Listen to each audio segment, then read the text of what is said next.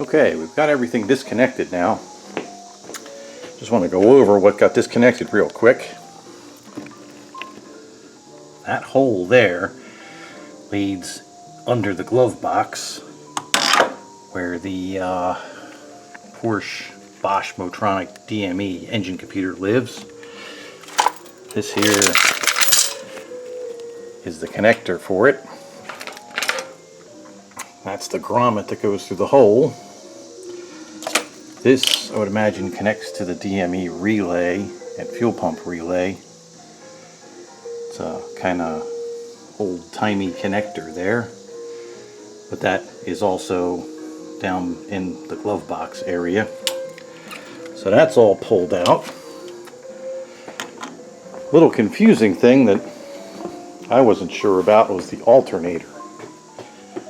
The alternator's down there. And you look at that cable right there. It goes onto the back of it, but it also basically goes back to the starter. Let's see, that's part of it. This is it here. So this goes all the way back to the starter. It's the starter end. As you can see, it Y's, and that comes out onto this little connector here, which actually goes up under these cables in the brake booster and connects to this. So that's your alternator connection right there. Looks like blue and red with a black wire. Also, in addition to that, there's another one of these connectors that, not that one. Now I'll have to find it. Oh, there it is. So this guy also goes down into the engine harness here and goes behind the brake booster and connects here. I guess that's a lot of your controls into the dashboard and the steering column switch. And then you got this little guy here that actually connects to this vacuum gadget here.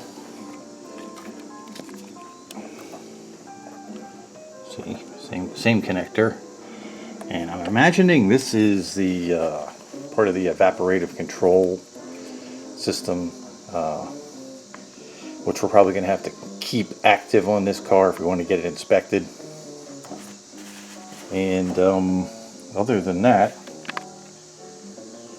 I was thinking I'd have to take the alternator out, so I wasn't sure how to disconnect it though.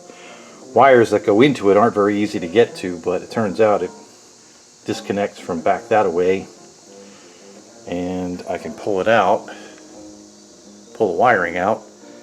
And so now we're really ready to drop this down on a couple of planks with a couple of pipes on it, and you know, then another day we'll pick the car up and pull the engine out.